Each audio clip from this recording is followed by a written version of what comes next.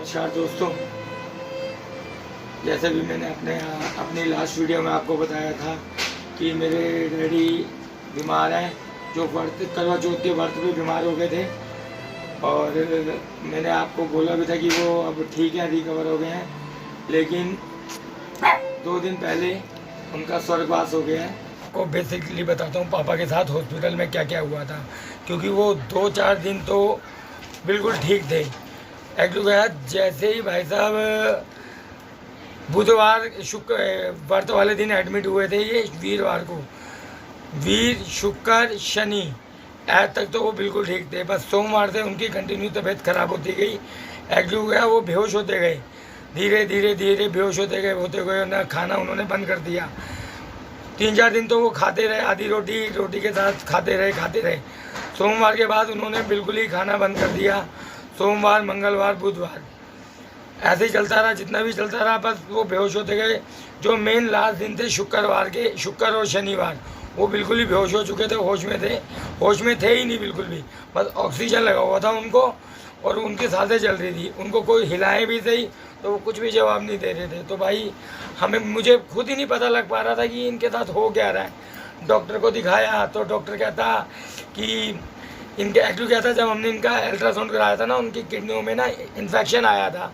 तो इन्फेक्शन था, और जब इनका हार्ट का दर्द उठा था ना जी इनको, तो जब वहाँ पे एक्सरे लिया था तो इनका हार्ट तो जो हमारी राइट साइड है पापा का, तो सारे डॉक्टर परेशान हो गए थे, क्योंकि बहुत लाखों बंदों में से किसी एक आधे का राइट हैंड पे हार्ट होता है। तो भाई वही ट्रीटमेंट चेक करते उनको इतना लंबा खिंच गया। बस वो जैसे टेस्ट होते गए, उनकी बीमारियां पकड़ती गई। उनको भाई साहब बीपी शुगर भी था, प्लस उनकी छाती में, फेफड़ों में कह रहे थे डॉक्टर पानी भी भर गया था, और प्लस आपका किडनी में इन्फेक्शन था, और कुछ खा पा ही नहीं रहे थे वो बिल्कुल भी। तो भाई बस मैं खुद नहीं समझ पा रहा था कि मेरे साथ ये हो क्या रहा है, पापा को हो क्या रहा है। तो भाई उसी टाइम भाई शनिवार रात को 3 बजे हो गई, वो उनका स्वर्गवास हो गया। तो भाई मैं खुद ही होश में नहीं था। मैं था, बड़ा भाई था और मेरा भांजा था उस दिन रात को हॉस्पिटल में।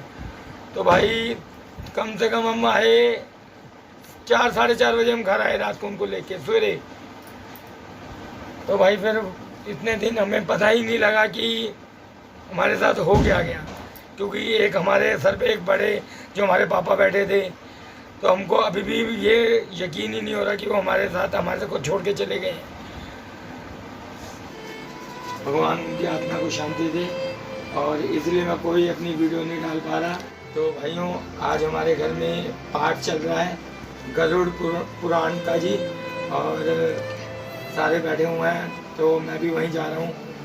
तो आप सभी लोग भाइयों प्रार्थना करना कि मेरे डैडी को जहाँ पे भी रहें सुख शांति से रहें। आप सभी का प्यार है भाइयों।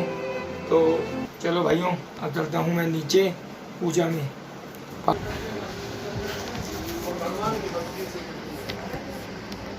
जो अपने को स्वयं प्रतिष्ठित मानते हैं, केवल हमसे बड़ा कौन, सबसे बड़े पंडित को बैठे, धन और मान के मत में दूर है, और अस को जन्म्यो है जन्माई माया पाए, इस संसार में नहीं जन्मा जिसको माया पा करके मत। आसुरी शक्ति के प्राप्त है, देवी संपत्ति से रहते हैं। जो आसुरी शक्ति है उनको प्राप्त करके, जो देवीय संपत्ति लोग परलोक एकत्रित देखने लगता है, अतः चकित जड़ीभूत हो जाती है, प्राण चलायमान हो जाते हैं। आतुर काल में प्राण वायु के अपने स्थान से चल देने पर एक क्षण भी एक कल्प के समान प्रतीत होता है, और 100 बिच्छुओं के डंक मारने से जैसी पीड़ा होती है, वैसी ही पीड़ा उस अंत समय में होती है जब प्राण निकलते हैं बाहर।